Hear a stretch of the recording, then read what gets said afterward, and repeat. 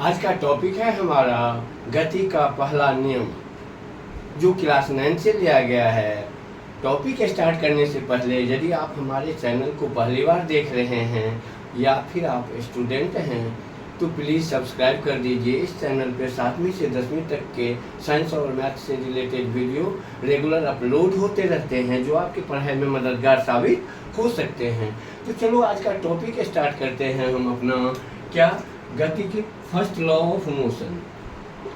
First law of motion, इसे चूंकि ये नियम न्यूटन ने दिया था इसलिए इसको Newton first law of motion भी कहते हैं। Newton first law of motion, Newton के गति के प्रथम नियम। ये नियम क्या है? तो न्यूटन की गति का प्रथम नियम ये है, कोई भी पिंड, वस्तु, कण अपनी पूर्वावस्था मीन्स यदि कोई रुका हुआ है, स्थिर है तो स्थिरावस्था, या गतिशील है तो एक समान गति की अवस्था बनाए रखती है, जब तक कि उस पर कोई बाह्य और संतुलित बल कार्य न करे। यानी कोई भी वस्तु स्थिरावस्था या गति की एक समान गति की अवस्था तब तक बनाए रखती है जब तक कोई बाह्य और संतुलित बल कार्य न करे।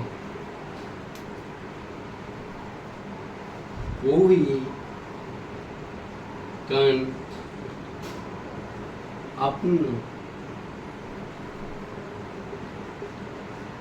पूर्वावस्था, इसमें कोष्ठ में लिख देंगे स्थिरावस्था या एक समान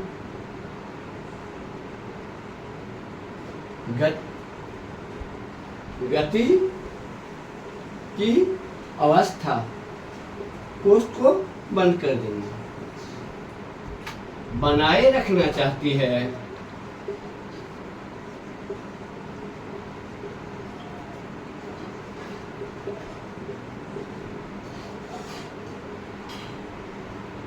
जो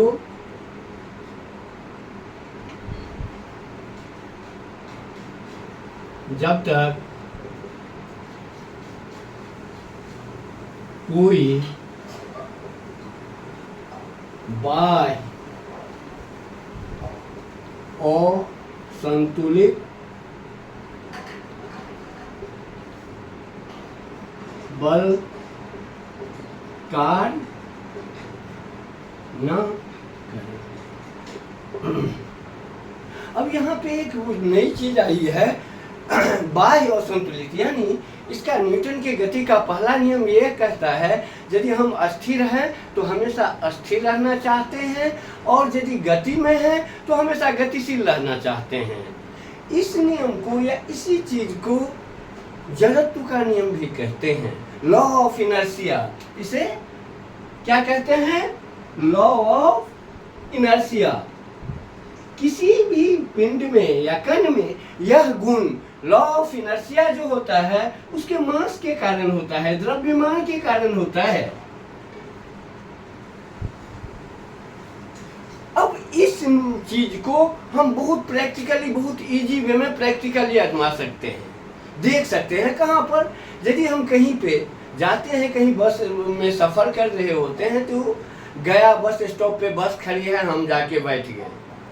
जैसे ही खड़ी बस में ड्राइवर स्टार्ट करता है, गाड़ी ऑन होती है, तो हम अस्थिरावस्था में होते हैं, हमारा शरीर अस्थिर होना रहना चाहता है।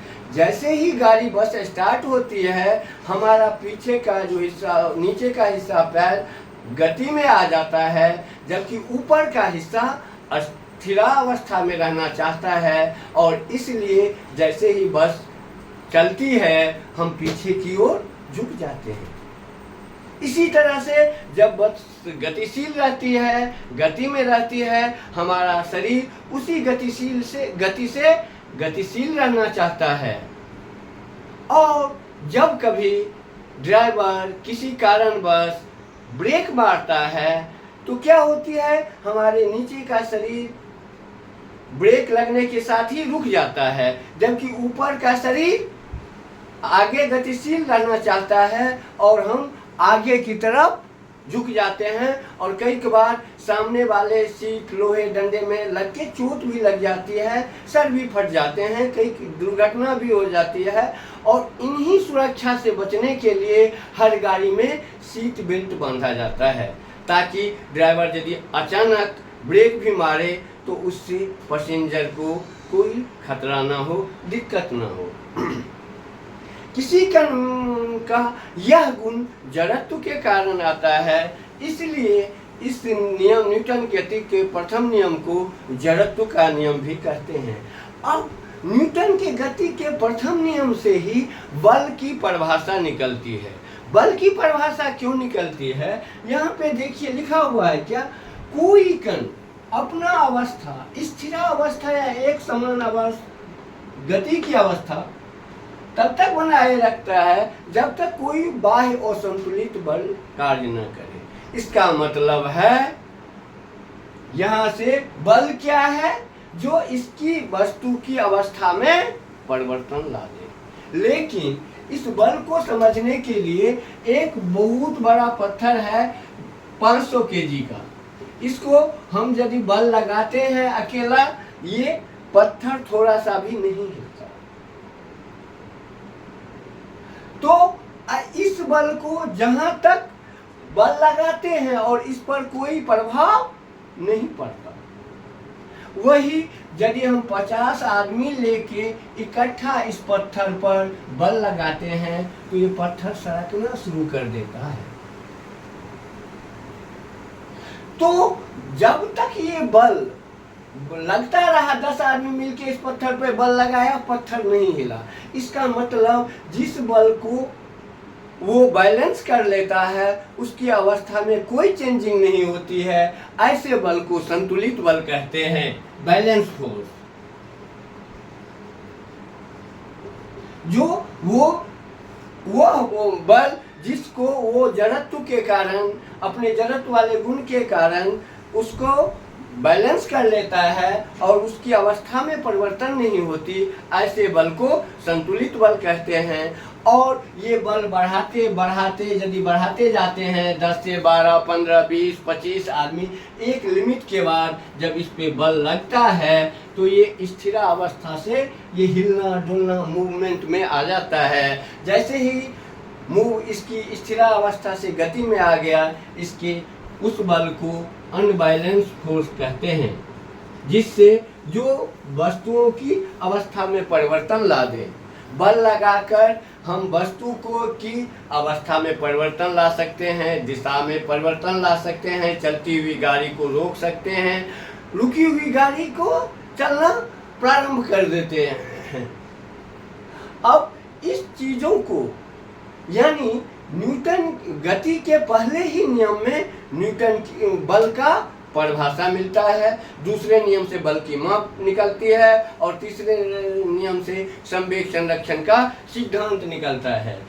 तो न्यूटन के गति का पहला नियम यही है, कोई भी वस्तु अपनी पूर्व अवस्था, स्थिरा अवस्था या गतिया अवस्था, एक समान गति की अवस्था तब तक बनाए रखती है जब तक कोई बाह्य और संतुलित बल कार्य न करे। जैसे ब्रेक लगाते हैं, ब्रेक भी उस पर एक बल लगता है जो उसको आगे बढ़ने से रोकता है, उसकी गति की अपोजिट बल होती है।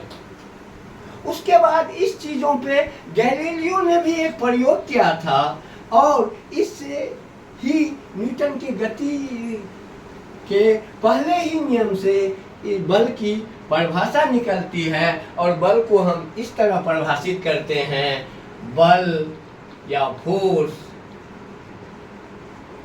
बल वह भौतिक कारण है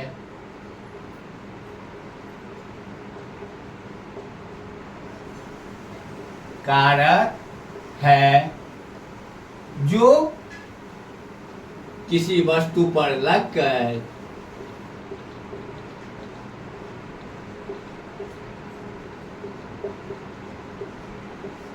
उसकी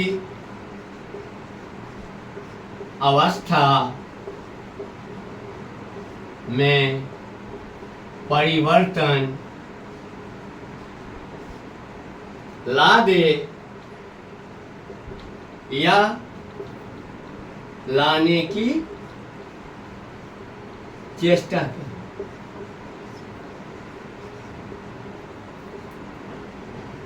यानी जब बड़ा पत्थर रहता है और उस पर हम हल्का बल लगाते हैं तो बल तो लगता है, लेकिन उसकी अवस्था में कोई परिवर्तन नहीं होता। इसका मतलब ये नहीं है जो हमने बल नहीं लगाया। हम यदि दीवार पे बल लगाएंगे तो दीवार की अवस्था में परिवर्तन नहीं होगा, क्योंकि इसका जो जड़त्व है वो हमारे द्वारा लगाए गए बल से अधिक है और ये बल को संतुलित कर लेता है।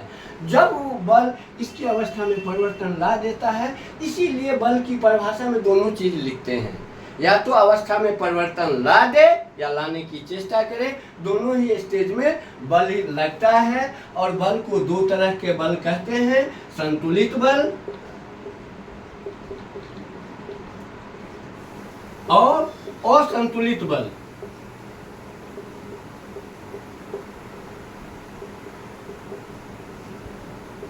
इसको बैलेंस फोर्स कहते हैं और इसको अनबैलेंस फोर्स कहते हैं।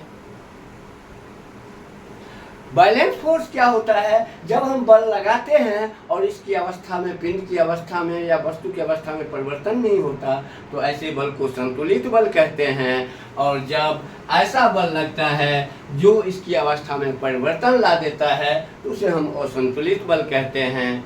धन्यवाद बच्चों। यदि आपको ये वीडियो अच्छी लगे तो वीडियो को लाइक कीजिए, चैनल को सब्सक्राइब कीजिए और छात्रों को शेयर कीजिए। धन्यवाद।